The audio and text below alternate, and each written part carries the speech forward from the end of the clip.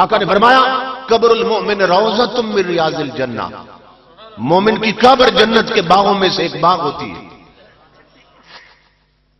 مومن کی قبر کیا ہے؟ جنت۔ جنت کا باغ کہیں یا جنت کہہ دیں، کیونکہ جنت کا معنی ہی باغ ہے، تو مومن کی قبر کیا ہے؟ جنت۔ یہ حضور نے فرمایا۔ ایمان سے بتائیں اب جنت میں زندہ رہتے ہیں یا مردے رہتے ہیں؟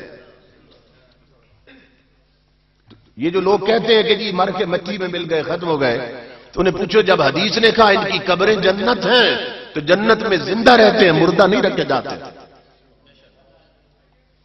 حضور سیدنا پیر میر علی شاہ رحمت اللہ تعالی علیہ سے کسی نے سوال کیا کہ یہ جو بہشتی دروازہ ہے بابا فرید کا، تو آپ اس کے بارے میں کیا دلیل دیتے ہیں کہ کیا ان کا دروازہ بہشتی ہو سکتا ہے؟ آپ نے یہی حدیث پڑھی، فرمایا حضور فرماتے ہیں کہ جہاں مومن لیٹتا ہے وہ قبر جنت۔ فرمایا میرے دوست جس کے لیٹنے کی جگہ جنت ہے اس کا دروازہ جنت کیوں نہیں ہو سکتا؟ یہ مطلب یہ جس کا گھر جنت ہے حدیث کی روشنی میں اس کا دروازہ جنت کیوں نہیں ہو سکتا؟ اللہ ہو تو یہ عقیدت نہ ہو، محبت نہ ہو، دلوں میں نفرت ہو، کدورت ہو، تو پھر یہ باتیں سمجھ نہیں آتی۔ اور اگر ایمان کی حلاوت بھی نصیب ہو، روشنی بھی نصیب ہو، تو پھر انسان سمجھ سکتا ہے کہ موت کیا شے ہے۔ کچوچا شریف انڈیا میں ایک بہت مشہور آستانہ ہے، کچوچا شریف۔ وہاں کے ایک مجذوب بزرگ گزرے حضرت شاہ فتح اللہ اشرفی رحمت اللہ تعالی علیہ، یہ منگل کے دن فوت ہوئے تھے۔ بہت سے مرید جنازہ اٹھا کے بازار سے گزرنا تھا، لے جا رہے تھے، ایک ہندو عورت دکان پہ بیٹھی تھی، اس نے ایک مسلمان کو روکا، کہنے لگی یہ کس کا جنازہ ہے؟ وہ زے کو جیم بولتے ہیں، کہنے لگی یہ کس کا جنازہ ہے؟ انہوں نے کہا ہمارے بزرگ اللہ کے ولی حضرت شاہ فتح اللہ اشرفی کا جنازہ ہے۔ وہ کہنے لگی یہ بزرگ تھے؟ کہا بہت بڑے بزرگ تھے۔ کہنے لگی غجب ہو گیا، غجب ہو گیا، بزرگ لوگ بھی منگل کے روز مرنا شروع ہو گئے۔ یہ منگل کا روز بھی کوئی بزرگوں کے مرنے کا روز ہے؟ بزرگ مرے جمعے کو، بزرگ مرے جمعرات کو، یہ منگل کا روز کوئی بزرگوں کے مرنے کا روز؟ ہندو عورت نے یہ بات حضرت شاہ فتح اللہ اشرفی چارپائی پہ اٹھ کے بیٹھ گئے، فرمایا بیٹی تو بتا بزرگوں کو کس روز مرنا چاہیے؟ فنا کیسی بقا کیسی جب اس کے آنچ نہ ٹھہرے، فنا کیسی بقا کیسی جب اس کے آنچ نہ ٹھہرے، کبھی اس گھر میں آ نکلے کبھی اس گھر میں جا ٹھہرے۔ فنا کیسی بقا کیسی، یہ زمان و مکان، ٹائم اور سپیس، یہ ساری حدیں ہمارے لیے ہیں، ان کے لیے کچھ نہیں ہے۔ حضرت جلال الدین بخاری کی مریدنی ایک مینار پہ چڑھی، جس طرح مینار پاکستان ہے، مینار پہ ایک بدماش اس کے پیچھے چڑھا، اکیلی عورت تھی، اس نے حملہ کر دیا، اس نے مینار کے اوپر سے چھلانگ لگا دی، عورت نے عزت بچانے کے لیے چھلانگ لگا دی، نیچے زمین کے قریب پہنچی، جلال الدین بخاری نے ہاتھوں پہ لے لیا اور زمین پہ کھڑا کر دی۔ اس نے آنکھیں کھولی تو اپنا شیخ سامنے تھے، کہنے لگی حضرت آپ کیسے آئے؟ فرمایا بیٹی تو از مینارہ آمدی من از بخارا آمدے میں، تو مینارے سے چلی تھی میں بخارے سے چلا تھا۔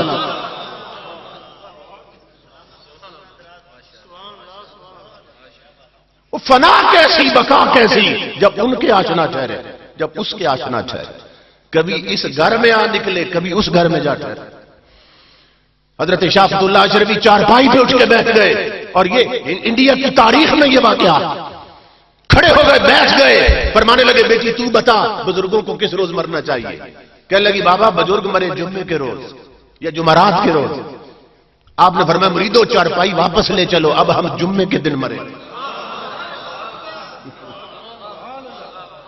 مرید چارپائی واپس لے گئے، مرید چارپائی واپس لے گئے۔ جمعے کا دن آیا، خود غسل کیا، کفن پہنا، کفن چوما، چارپائی پہ لیٹے، فرمایا اب اٹھا لو ہم جا رہے ہیں۔ امام الانبیاء کے غلام و جنازہ جا رہا تھا، اسی بازار سے گزرنا تھا، وہی عورت بیٹھی تھی۔ جب چارپائی سامنے سے گزری نا، بابا جی نے پھر سر اٹھایا، فرمایا بیٹی تسلی سے بتا آج جمعہ ہی ہے نا، آج جمعہ ہی ہے نا۔ اس کی چیخ نکلی، کہنے لگی بابا مان گئی۔ فرمایا کیا مان گئی؟ کہنے لگی مان گئی تیرا خدا بھی سچا ہے، مصطفیٰ بھی سچا ہے۔ ہندو عورت نے کلمہ پڑھ لیا۔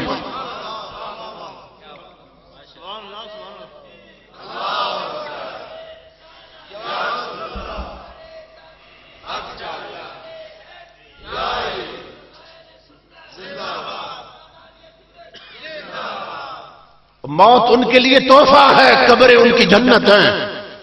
اور نقش بندیوں کے امام حضرت مجدد الافسانی فرماتے ہیں، یہ بہت بڑی بات آپ نے فرمایا، لوگوں جب میں فوت ہو جاؤں اور میری قبر کی مٹھی مٹی لے کر، میری قبر کی اگر مٹھی مٹی بھر کے کسی گنہگار کی قبر میں ڈال دی گئی، فرمایا اسے بھی جنتی بنا دیا جائے۔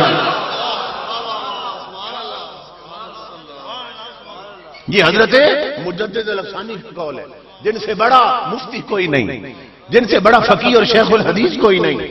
فرماتے ہیں میری قبر کی مٹھی، زیادہ مٹی بھی نہیں، صرف مٹھی مٹی لے کر اگر کسی گنہگار کی قبر پر رکھ دی گئی ہے، قبر میں ڈال دی گئی، کہا اس کو بھی جنت مل جائے گی۔ لوگوں کو کیا خبر اللہ ان کا کتنا حیا کرتا ہے۔ کسی کو یہ بات سمجھ نہیں آ رہی تھی، کسی نے حکم بھیجا مجھے، میں نے کہا بخاری شریف میں ہے، بخاری شریف میں ہے، ایک کنجری نے، آپ نے سن رکھی ہے بات، پیاسے کتے کو پانی پلایا تو اللہ نے جنتی کر دیا۔ کتے کی حیثیت کیا ہے؟ ایک ادنا مخلوق ہے نجس، اس کا حیا کر کے کنجری جنتی ہو رہی ہے۔ یہاں کوئی کنجر نہیں بیٹھا، مصطفیٰ پہ درود پڑھنے والے بیٹھے، حضور کا میلاد منانے والے بیٹھے تھے۔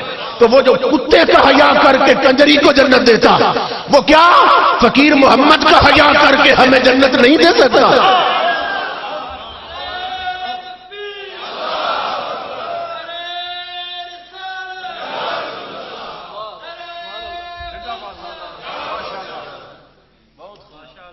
عقل میں آنے والی بات، یہ جو تھا نا سلطان سنجر، جس کے بارے میں اقبال نے کہا کہ شوکت سنجر و سلیم تیرے جلال کی نمود۔